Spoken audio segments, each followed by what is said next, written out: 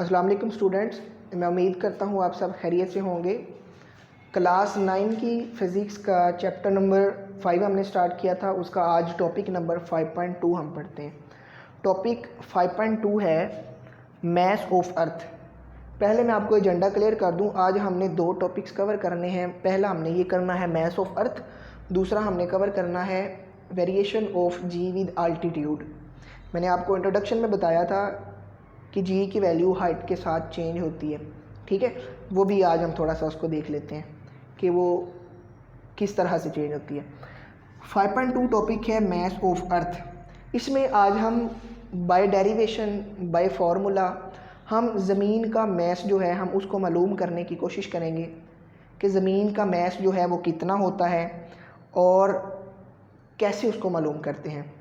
हमने सबसे पहले टॉपिक में हमने पढ़ा था, हमने कानून पढ़ा था जिसको हमने कहा था कि हमारे पास लॉ ऑफ ग्रेविटेशन के अकॉर्डिंग हमारे पास जो एफ़ की वैल्यू थी, आप उसको देख भी सकते हैं, g(m1m2/d²) यही थी, ये मेरे पास वैल्यू थी। बड़े गौर से आपने लेक्चर को सुनना है, ये लेक्चर बड़ा इंपॉर्टेंट है, ये टॉपिक बहुत ज़्यादा इंपॉर्टेंट है। एफ़ की वैल्यू हमने देखी थी g(m1m2/d²). मेरे पास मास 1 कोई भी एक मास था, मास 2 कोई भी एक मास था, d उनका आपस का डिस्टेंस था। अब जब कि मैंने अर्थ का मास मालूम करना है तो इसका मतलब है कि एक मीडियम अर्थ हो जाएगा, एक मास अर्थ हो जाएगा। तो फॉर एग्जांपल मैंने m2 को me कह दिया, मास ऑफ अर्थ, सिर्फ मैंने नाम चेंज कर दिए, ठीक हो गया। m1 को सिर्फ मैंने m कह दिया कि ये अब कोई ना कोई मास है ज़मीन की सतह पे जिसके हम g की वैल्यू को उसके ज़मीन के वज़न के लिहाज से कैलकुलेट करना चाह रहे हैं। d डिस्टेंस है। अब ज़मीन का डिस्टेंस आपको पता है कि हमारी जो अर्थ है उसका और किसी भी बॉडी का ज़मीन के सेंटर से डिस्टेंस वो रेडियस कहलाता है। तो d² है तो ये हो जाएगा r², ठीक हो गया। अब आपकी बुक से यहाँ से शुरू हो रही है बात, लेकिन मैंने आपको उसका बैकग्राउंड बता दिया कि ये बात असल में शुरू कहाँ से हो रही थी। लॉ ऑफ ग्रेविटेशन के तहत ये बात शुरू हुई। अब कॉन्सेप्ट ये है कि ये जो फोर्स है ये बराबर होगी g(m)me/r²। फोर्स बेसिकली एक्ट कर रही है एज अ वेट। जब कोई बॉडी है उसको हमने ज़मीन से पुल किया या ज़मीन पे ही वो पड़ी हुई है तो उसकी जो फोर्स है वो उसका एज अ वेट है। मैं ज़मीन पे खड़ा हूँ, मेरी बॉडी की जो फोर्स है बेसिकली ये मेरा वेट है। तो मैं क्या इसको, अगर मैं F को W कहूँ तो वो W = mg हो जाता है, ठीक हो गया ना। तो आप F की जगह पे वो वैल्यू पुट कर देंगे, mg =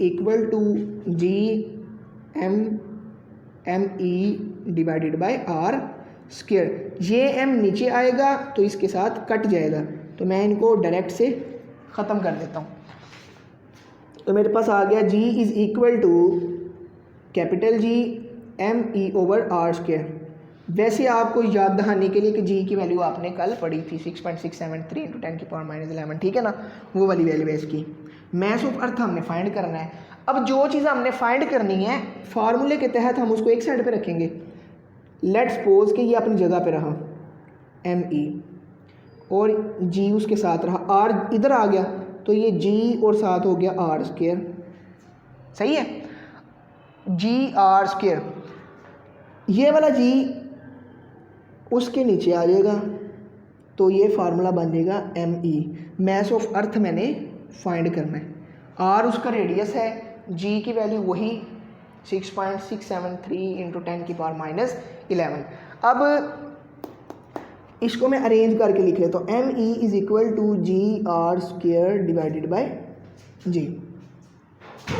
यहाँ पे आपने ये जो g है, g की वैल्यू हमें पता है 10 है, इसको आपने फिर भी याद रखना है कि g का फॉर्मूला क्या होता है। ये MCQs में आ सकता है, ये अगले टॉपिक में अल्टीट्यूड के लिहाज से हमें काम आएगा। g = g(m)e/r²। अच्छा जी, मेन अब फार्मूला जिसकी मदद से मैंने मास ऑफ अर्थ फाइंड करना है वो ये है मेरे पास, me = g(r²)/g। अच्छा जी, हम इनकी वैल्यूज़ पुट करते हैं। मेरे पास आ गया मैस ऑफ अर्थ, मैं इनकी वैल्यूज़ लगाता हूँ। जी की वैल्यू मेरे पास होती है 10 मीटर पर सेकंड स्क्वायर। रेडियस, अब रेडियस ऑफ अर्थ की वैल्यू आपने याद रखनी है, वो क्या होती है? रेडियस ऑफ अर्थ की वैल्यू होती है हमारे पास 6.4 इंटू 10 की पावर 6 मीटर। तो ये रेडियस का स्क्वायर लेना है, तो 6.4 इंटू 10 की पावर 6 मीटर का आपने ले लिया स्क्वायर, डिवाइडेड बाय जी। जी की वैल्यू होती है 6.673 इंटू 10 की पावर -11 न्यूटन मीटर स्क्वायर पर किलोग्राम स्क्वायर। ठीक है ना। तो अब हम इसको कैलकुलेट से करने की कोशिश करते हैं। आपने वैल्यूज उनकी पुट कर ली, वैल्यूज पुट करने के बाद जब आपने कैलकुलेटर किया तो आपके पास मैस ऑफ अर्थ की वैल्यू आ जाएगी 6.0 इंटू 10 की पावर 6.0 इंटू 10 की पावर 24 kg। ठीक हो गया। मैस है तो मैस का यूनिट किलोग्राम। तो ये मेरे पास ज़मीन का वज़न आ गया, मैस ऑफ अर्थ आ गया जो मेरे पास है 6.0 इंटू 10 की पावर 24। अब दो चीज़ें आपने मेन याद रखनी है। मैस ऑफ अर्थ मेरे पास ये है और रेडियस ऑफ अर्थ मेरे पास क्या था 6.4 इंटू 10 की पावर 6 मीटर, ये इसका रेडियस था। रेडियस ऑफ अर्थ की वैल्यू भी आपने ज़ुबानी याद रखनी है, मैस ऑफ अर्थ की वैल्यू भी आपने ज़ुबानी याद रखनी है। अब हमारे पास अगला टॉपिक है, टॉपिक नंबर 5.3 है, वो मेरे पास है variation of g with altitude.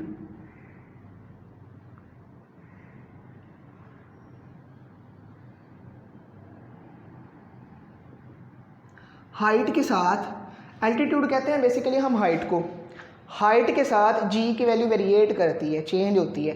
कैसे चेंज होती है? मैं ज़मीन के करीब हूँ तो ज़मीन से थोड़ा सा मैं ऊपर जाता हूँ तो ज़मीन मुझे जिस पावर से खींच रही है, मैं ज़मीन से दूर जाऊँगा वो पावर कम हो जाएगी, मैं ज़मीन से और दूर जाऊँगा वो पावर और कम हो जाएगी।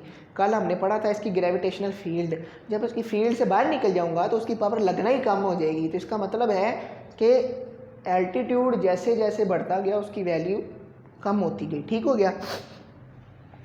Variation of g with altitude, altitude के लिहाज से एक कॉन्सेप्ट आपने याद रखना है। कॉन्सेप्ट ये है कि मेरा मैस है, किसी भी बॉडी का जो मैस है उस मैस से ज़्यादा ग्रेविटी उसको खींचती नहीं है, उससे ज़्यादा वो फोर्स नहीं लगाती, उससे कम या उसके बराबर हो सकती है। अच्छा, मैंने आपको कहा था ये फॉर्मूला आपने याद रखना है, G is equal to G ME divided by R square.